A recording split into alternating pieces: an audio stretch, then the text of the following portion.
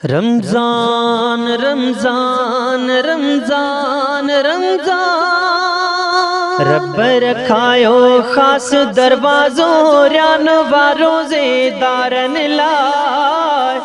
रब रखायो खास दरवाजो रन रोजेदारन लाए। ओ खास इनायत सोने नबी जी आगे उम्मत वारन लाए। खास इनायत सोने नबी जी आगे उम्मत वारन लाए। मोमिन सपाई पाण मलायो भागन में रमजान व आयो। जहनम जा दर बंद थी व्या जन्नत खे रब आगे सिंगारियो। जन्नत खे रब आगे सिंगारियो।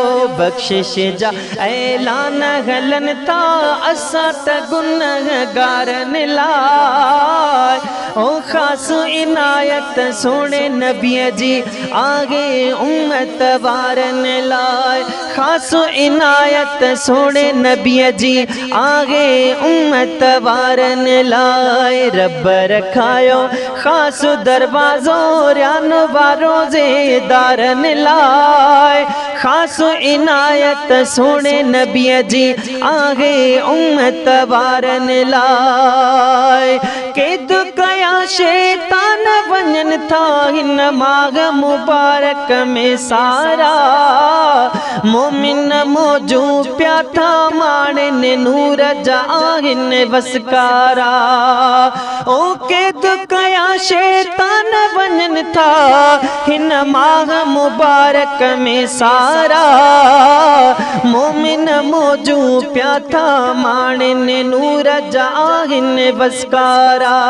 सेरी अफ्तारी वाग मज़ोबा हाणे त असां पारन लाए। ओ खास इनायत सोने नबी जी आगे उम्मत वारन लाए। खास इनायत सोने नबी जी आगे उम्मत वारन लाए। रोज़ा तरावीह ऐं तिलावत विरद वज़ीफ़ा खूब कयो। हिन महीने में पेजो राज़ी अदा रब पाक कयो। रोज़ा तरावीह ऐं तिलावत विरद वज़ीफ़ा खूब कयो। हिन महीने में पेजो राज़ी अदा रब पाक कयो। यारह महीना गलतिन में व्याही कुफारो वसारन लाए। ओ खास इनायत सोने नबी जी आगे उम्मत वारन लाए। खास इनायत सोने नबी जी आगे उम्मत वारन लाए। ॾियो ज़कातूं कयो ख़ैरातूं सरदी अवारा सभई अदा। मिस्कीनन जी सार लॻो यतीमन खे ढकियो बेसवगा। ॾियो ज़कातूं कयो ख़ैरातूं सरदी अवारा सभई अदा। मिस्कीनन जी सार लॻो यतीमन खे ढकियो बेसवगा। मौला अव्हां खे बरकत ॾींदो। मौला अव्हां खे बरकत ॾींदो। सागारा थियो बेसहारन जा। हो खास इनायत सोने नबी जी आगे उम्मत वारन लाए। खास इनायत सोने नबी जी आगे उम्मत वारन लाए। रब रखायो खास दरवाजो रन रोजेदारन लाए। ओ खास इनायत सोने नबी जी आगे उम्मत वारन लाए। मीर चवे शुकराना गाया मालिक जा वॾा वड़ थो भाया।